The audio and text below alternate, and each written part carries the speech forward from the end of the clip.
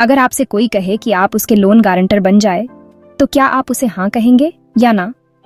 इसका जवाब तब मिलेगा जब आपको इसके फायदे या नुकसान के बारे में जानकारी होगी।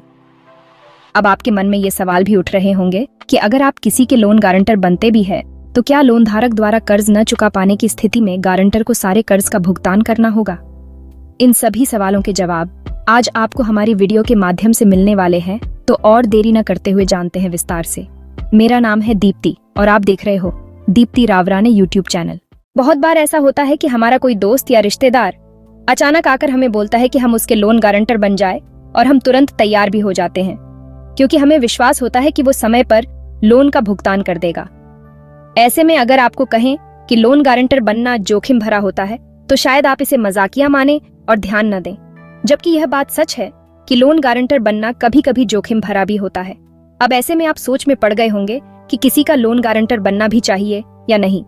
ये जोखिम भरा हो भी सकता है क्योंकि कई बार लोन लेने वाले लोन चुका पाने में सक्षम नहीं होते हैं। कुछ लोगों की मजबूरी होती है, तो कुछ लोग जानबूझकर डिफॉल्ट करते हैं। अधिकतर डिफॉल्ट करने वाले लोगों को यही लगता है कि कार्रवाई होगी भी तो वे उसे देख लेंगे। अमूमन लोग बैंकों या गैर वित्तीय संस्थाओं के पैसे चुका देते हैं क्योंकि उन्हें कार्रवाई का डर होता है। आज के समय में लोन लेना मजबूरी है तो कहीं कहीं जरूरी भी। होम लोन लेकर घर बनाते हैं और वही ऑटो लोन लेकर हम गाड़ी खरीदते हैं।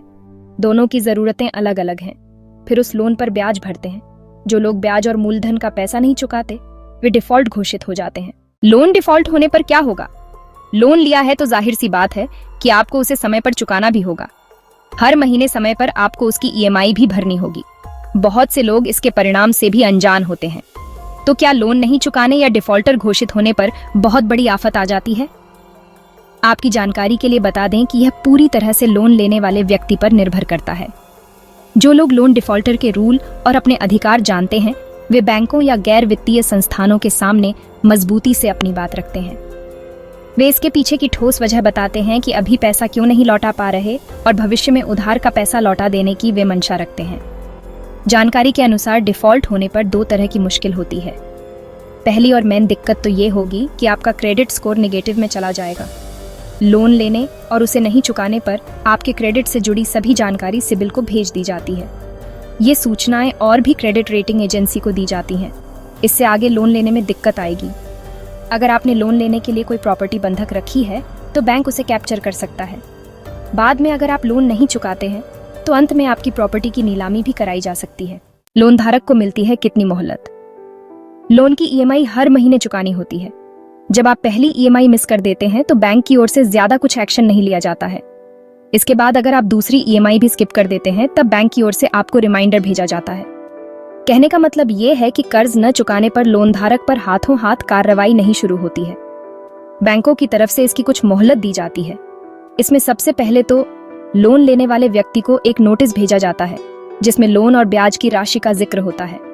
अगर बैंक को लगता है कि उधारकर्ता जानबूझकर कर्ज नहीं चुका रहा, पैसे रहते हुए समय पर ईएमआई नहीं चुकाई गई या रीपेमेंट नहीं किया गया, तो बैंक कानूनी कार्रवाई शुरू कर सकता है।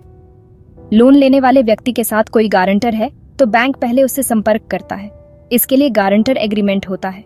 इसमें लिखा जाता है कि लोन लेने वाला आदमी उधार चुकाने में डिफॉल्ट करता है, तो गारंटर को पैसा भरना होगा। बैंक कब करता है कार्रवाई शुरू? अगर आपने लोन लिया है और अब उसे नहीं चुका पा रहे हैं, तो आपको बता दें कि लोन नहीं चुका पाने वाले व्यक्ति पर बैंक की ओर से कार्रवाई की जाती है। ये कार्रवाई पहला रीपेमेंट नहीं चुकाने के साथ ही शुरू कर दी जाती है। लेकिन यह कार्रवाई कितनी गंभीर हो सकती है, वह बैंक और कस्टमर के बीच पनपे विवाद या रिश्ते पर निर्भर करता है। बता दें कि शुरुआती कोशिशें जब नाकाम हो जाती हैं, तभी बैंक कानूनी कार्रवाई शुरू करते हैं।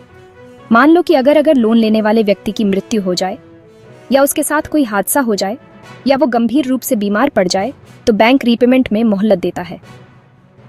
यह मोहलत उधार लेने वाले व्यक्ति, यदि दुर्घटना हो जाए या गंभीर तबीयत खराब, और उसके परिवार को मिलती है। रिजर्व बैंक का साफ कहना है कि उधारकर्ताओं को मोहलत देनी है और बैंक कभी बाहुबल का इस्तेमाल नहीं कर सकते। लोन की मूल रकम से ज्यादा ब्याज होने पर आपने लोन कभी लिया है, तो आप लोन के चक्करों से वाकिफ ही होंगे। लेकिन फिर भी हम बता दें कि कभी कभी स्थिति ये भी आ जाती है कि आर्थिक स्थिति बिगड़ने पर लोन धारक समय पर ब्याज चुका पाने में असफल हो जाता है।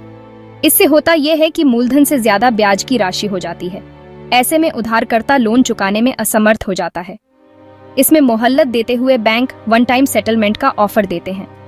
इस दशा में बैंक इस लोन को गैर निष्पादित संपत्ति में डाल देते हैं। इसमें उधार लेने वाला आदमी दिवालिया घोषित हो जाता है, जो लोन चुकाने में अक्षम मान लिया जाता है। बचाव के लिए क्या करें? इससे बचने के लिए बैंक उस आदमी को एक बार में थोड़ी राशि चुकाकर लोन से बाहर निकलने का मौका देती है।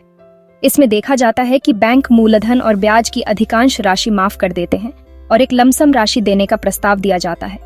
इसका फायदा लिया जा सकता है, लेकिन क्रेडिट स्कोर बट्टा खाते में चला जाएगा और आगे किसी तरह का लोन लेना मुश्किल होगा। अगर आपको ये जानकारी उपयोगी लगी हो तो इस वीडियो को लाइक करें, चैनल को सब्सक्राइब करें और बेल आइकन दबाएं ताकि आप हमारी अगली वीडियो की नोटिफिकेशन सबसे पहले पा सकें।